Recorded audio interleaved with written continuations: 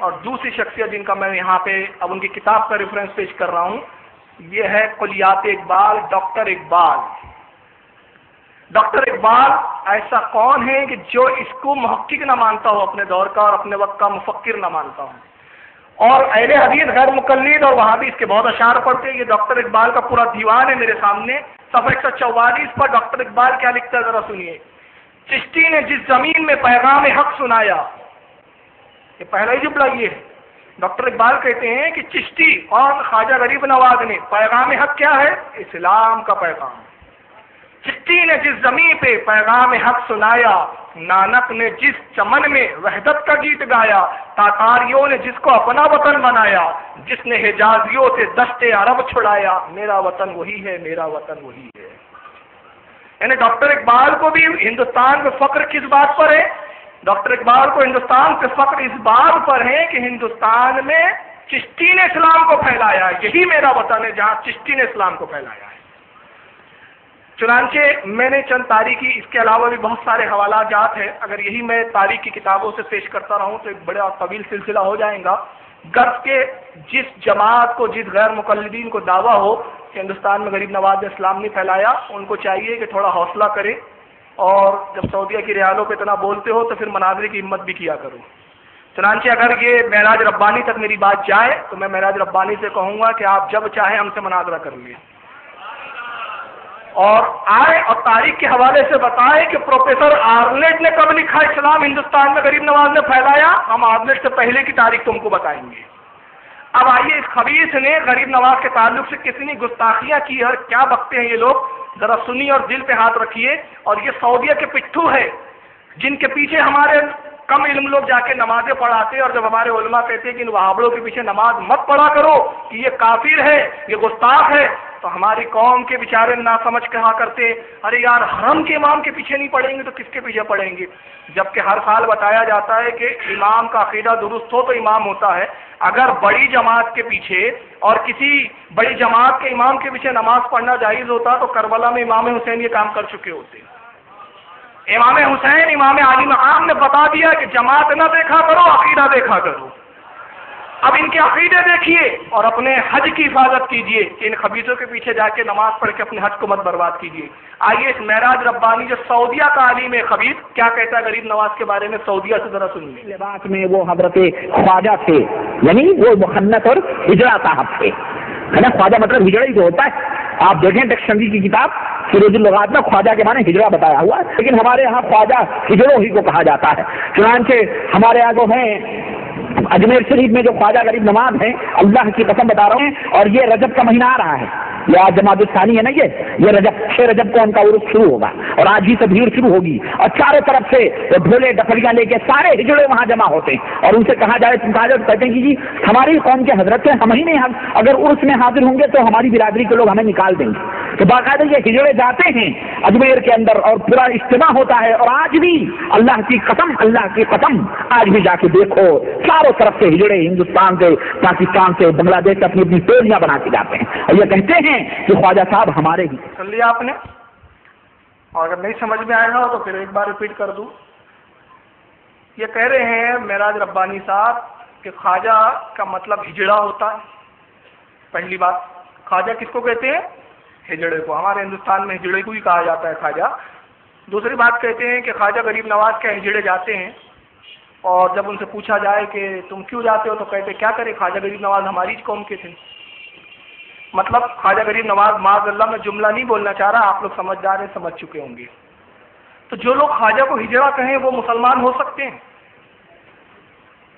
اس کے بعد بھی ان کا ایمان سلامت ہے۔ جس سے اسلام لیا اسی سے غداری، اور جن کتابوں کی حوالے دے رہا ہے معلوم ہوتا ہے یہ جاہلوں کا نام وہابی ہوتا ہے میرے نزدیک۔ تو جاہل بول دو یا گوار بول دو یا وہابی بول دو، میرے نزدیک ایک ہی بات ہے۔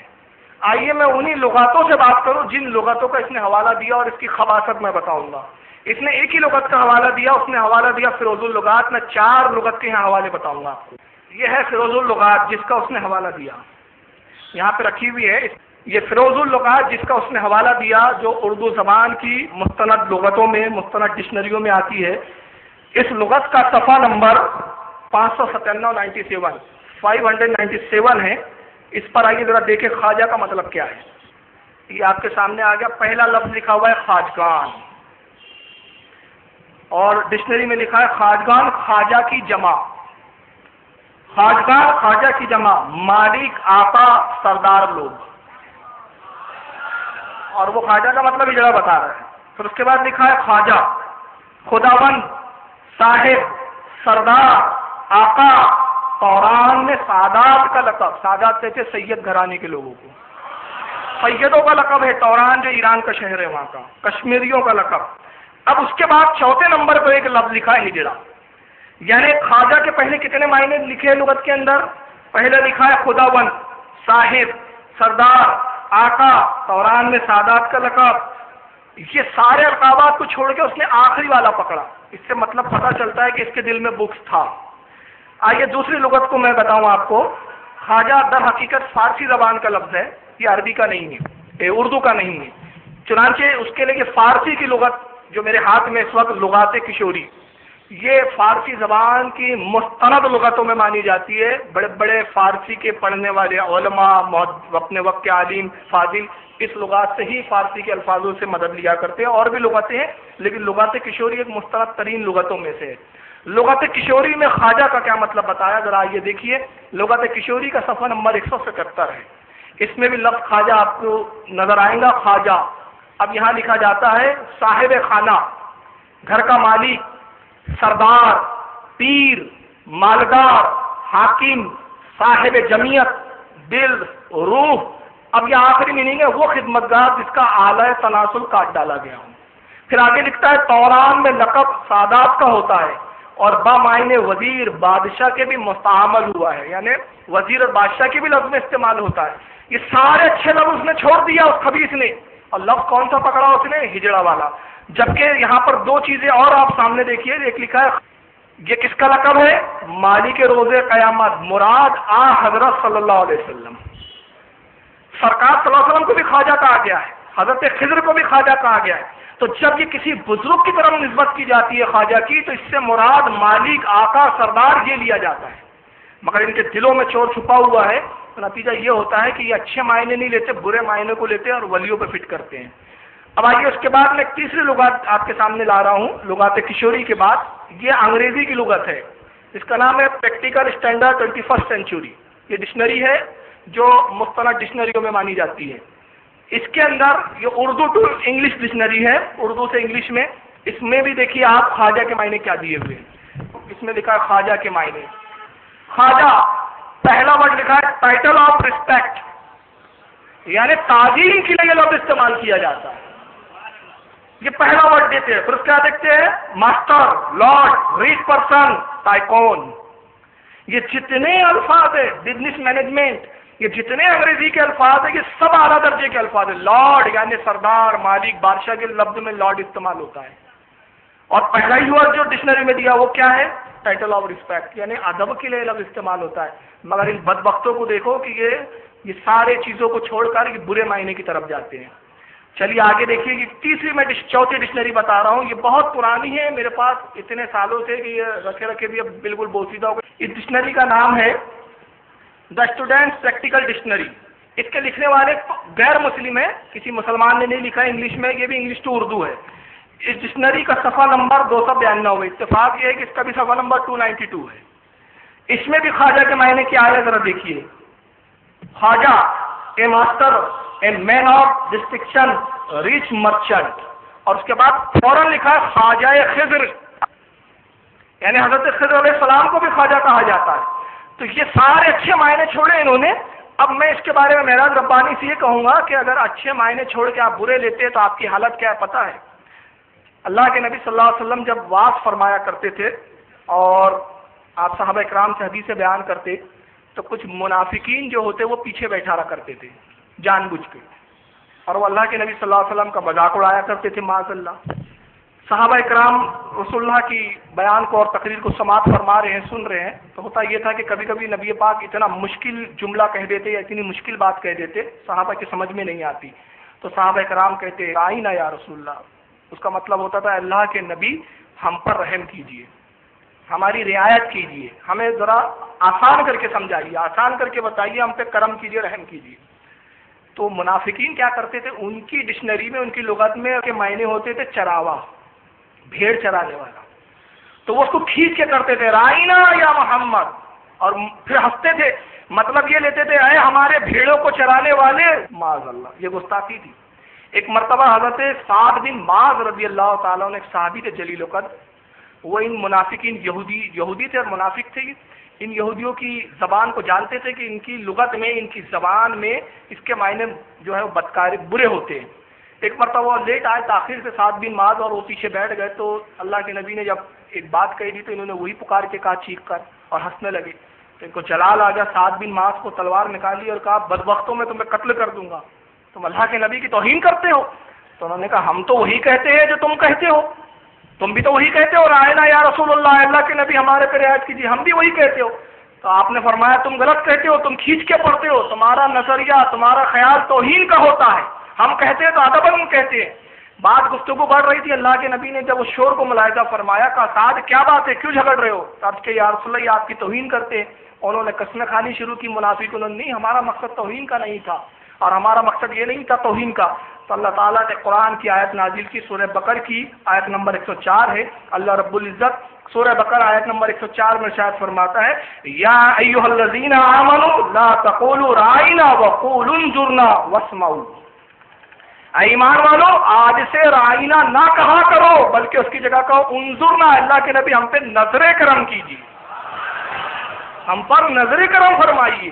اور پھر قرآن نے منافقین کا حال بتایا، تو صحابہ جو کہتے تھے وہ بھی وہی لفظ تھا، منافق جو کہتے تھے لفظ وہی تھا، مگر نیتوں میں فتور تھا، تو قرآن نے ان کو منافق کہا۔ خواجہ کے معنی اچھے بھی ہیں، یہاں سے قرآن کی آیت سے صاف سمجھ میں آ جاتا ہے کہ ان کے دلوں میں بزرگوں کا نہ ادب ہے اور نہ معاذ اللہ بزرگوں کی جو ہے تعظیم ہے۔ آئیے یہ خواجہ غریب نواز اور اس سلسلے کو جنہوں نے اسلام دیا، ان کو معاذ اللہ یہ کافر تک کہتے ہیں۔ اب یہ چونک جائیں گے آپ، اور مجھے بڑا تعجب ہوتا ہے ان لوگوں پہ جو کہتے ہیں کافر کو بھی کافر نہیں کہنا چاہیے، مگر یہ بدبخت ہم کو تو کہتے اپنی بدعقیدگی کو چھپانے کے لیے، مگر یہ بڑی بے باکی کے ساتھ معاذ اللہ خواجہ غریب نواز اور بختیار کاکی جیسے جلیل القدر ولی کو کافر کہہ دیتے ہیں۔ بختیار کاکی نے کتاب لکھی تھی جو سرکار خواجہ غریب نواز نے خط لکھے تھے بختیار کاکی کی طرف، تو ان خطوں کو سرکار بختیار کاکی نے جمع فرما لیا۔ تو ایک خط میں سرکار غریب نواز نے کلمے کی خلاصہ اور تشریح فرمائی کہ کلمے کی حقیقت کیا ہے۔ ان بدبختوں کے سمجھ میں نہیں آئی، تو اسی کتاب کو جو غریب نواز کی کتاب ہے اس پر ایک کیا تبصرہ کر رہا ہے، اب آپ سنیے۔ اب بختیار کاکی کے طرف خطوط بھیجے گئے تھے، وہ خطوط خواجہ غریب النواز نے لکھے تھے، اور ان میں چند باتیں ہیں وہ میں آپ کو بتانا چاہتا ہوں کہ اس دور کے صوفیہ، اس دور کے جو اولیاء اپنے آپ کو کہتے ہیں، ان کے کیا ایمان اور عقیدے ہیں۔ یہ حضرت خواجہ غریب النواز جو تھے بیچارے سلطان الہند، جو فارس سے آئے تھے اور جو فارسی زبان بولتے تھے، انہیں اس کا بہت زیادہ علم تھا۔ اب آپ بتائیں یہ سلطان الہند کا خطاب دینے والے، یہ دیکھیں آپ کلمہ توحید کی حقیقت، یہ میری کتاب نہیں ہے، اور نہ ہی میں یہ بات کہتا ہوں کہ یہ غریب النواز اگر ولی اللہ تھے تو وہ بیچارے ایسی بات کہہ سکتے ہیں۔ اور اگر تم کہتے ہو نہیں یہ کتاب انہی کی ہے، انہوں نے کہی ہے، تو پھر یہ آدمی زندیق تھا، کافر تھا، دائرہ اسلام سے خارج تھا۔ یہ کتاب انہی کی ہے، انہوں نے کہی ہے، تو پھر یہ آدمی زندیق تھا، کافر تھا، دائرہ اسلام سے خارج تھا۔ میں نے اس کتاب جو ان کے سمجھ میں نہیں آئی تو انہوں نے کفر کا فتویٰ لگا دیا، ان کی جہالت کا یہی عالم ہے۔ بہرحال ان کے نزدیک تو معاذ اللہ ثم معاذ اللہ سرکار غریب نواز اور بختیار کاکی کافر تھے، لیکن آئیے میں کچھ بزرگوں کے حوالے دیتے چلوں، اور آپ اس میں دیکھیں کہ بزرگان دین کے نزدیک خواجہ غریب نواز کا مقام کیا تھا۔ سید محمد کرمانی فرماتے کہتے جس رات خواجہ معین الدین حسن سنجیری نے وفات پائی، چند بزرگوں نے حضور نبی کریم صلی اللہ علیہ وسلم کو خواب میں دیکھا، اور حضور پاک فرما رہے ہیں خدا کا دوست معین الدین سنجری آ رہا ہے، ہم اس کے استقبال کے لیے آئے ہوئے، جس کے استقبال کے لیے نبی پاک صلی اللہ علیہ وسلم آئے کہ ان بدبختوں کے نزدیک کافر ہے معاذ اللہ۔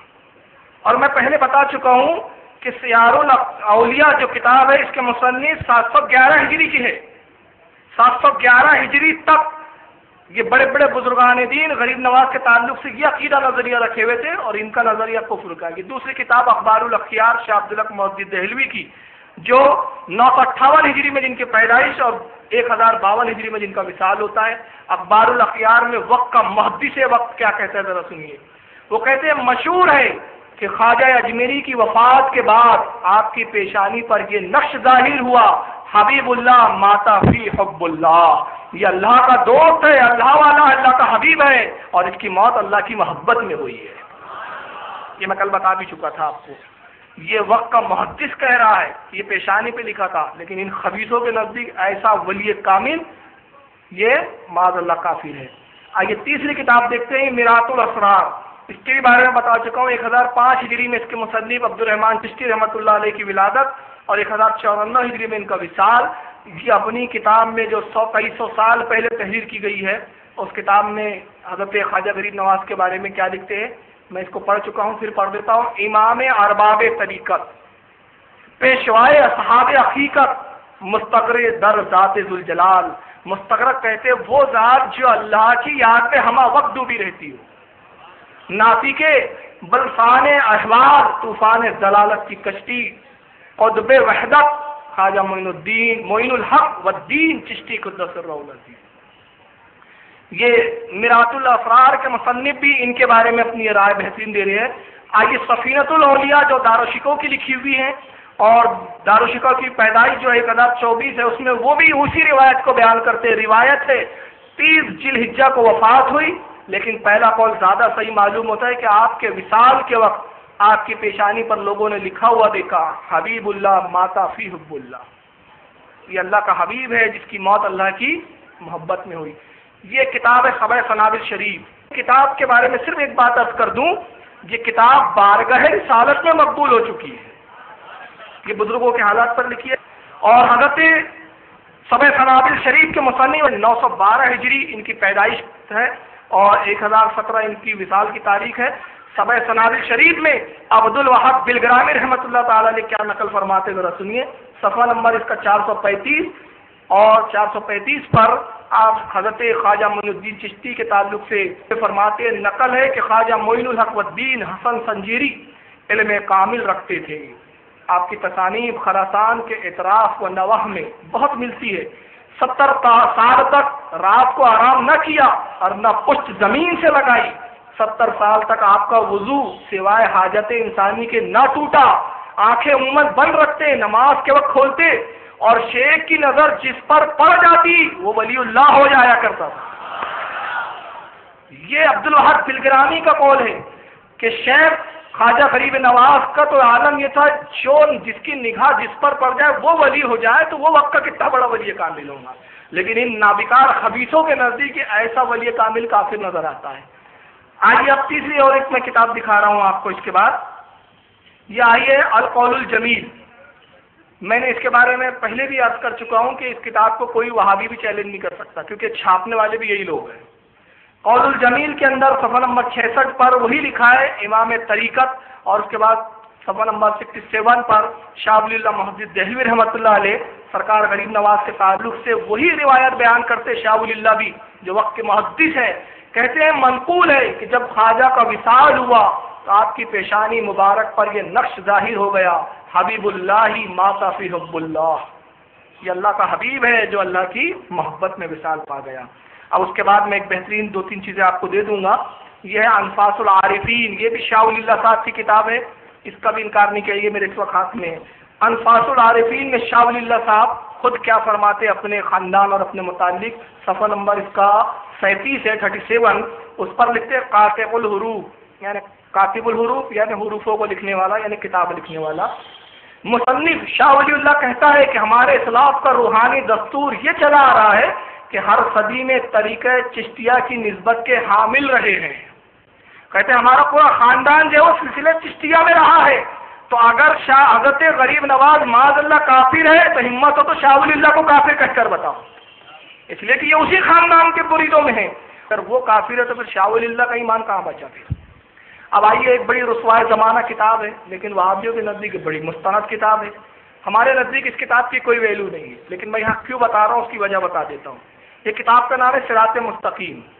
اب آئیے پروجیکٹر اسکرین پہ آپ کو یہ دکھ رہی ہوگی. یہ ہے صراط مستقیم، مکتبہ تھانوی دیوبند سے چھپی ہے. اس کتاب میں لکھنے والے مولوی اسماعیل دہلوی ہے، شاہ ولی اللہ کے پوتے. 1193 میں ہجری میں ان کی پیدائش ہوئی اور ان کی موت 1246 ہجری میں ہوئی. یہ کتاب ہمارے نزدیک کیوں معتبر نہیں ہے، اس کی ایک وجہ بتا دیتا ہوں. اسی کتاب میں لکھا گیا ہے کہ معاذ اللہ نماز میں نبی کا خیال لانا زنا کے خیال اور گدھے اور بیل کے خیال لانے سے بھی زیادہ برا ہے. لیکن اس کتاب میں دو باتیں مولوی اسماعیل دہلوی ایسے لکھ گئے جو ان کے عقیدے کے خلاف ہے. اور ان کی کتاب تقویۃ الایمان سعودیہ خود چھاپتا ہے، لاکھوں کی تعداد میں بانٹتا ہے، اور یہ ان کو شہید اور وقت کا بہت بڑا امام اور ترم خان سمجھتے ہیں. مگر ان کا خود کیا معاملہ ذرا سنیے. صراط مستقیم کے صفحہ نمبر 251 251 پر وہ لکھتے ہیں، ایک ہیڈنگ لگایا انہوں نے، تکمیلہ راہ ولایت کے سلوک ثانی کے بیان میں، اور اس میں ایک تمہید اور ایک مقصد ہے. عبارت تھوڑی ہارڈ ہے، میں آسان کر کے سمجھا دیتا ہوں.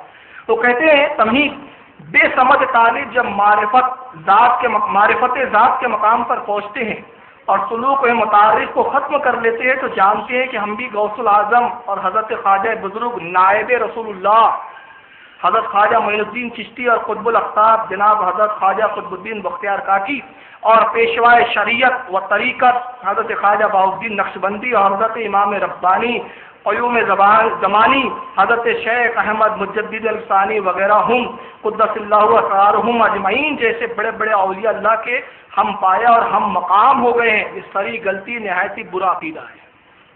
اپنے مفہوم میں بتاؤں، کہتے ہیں کہ کچھ لوگ جب عبادت بہت کر لیتے ہیں تو عبادت کرنے کے بعد وہ سمجھتے ہیں کہ ہم غوث پاک کے مقام تک پہنچ گئے، غریب نواز کے مقام پر پہنچ گئے. تو کہتے ہیں کہ یہ جہالت ہے اور یہ بدعقیدگی ہے. انسان آج کا کتنا ہی عبادت کر لے ان کے برابری نہیں کر سکتا. تو ان کے نزدیک بھی جب یہ معاملہ ہے.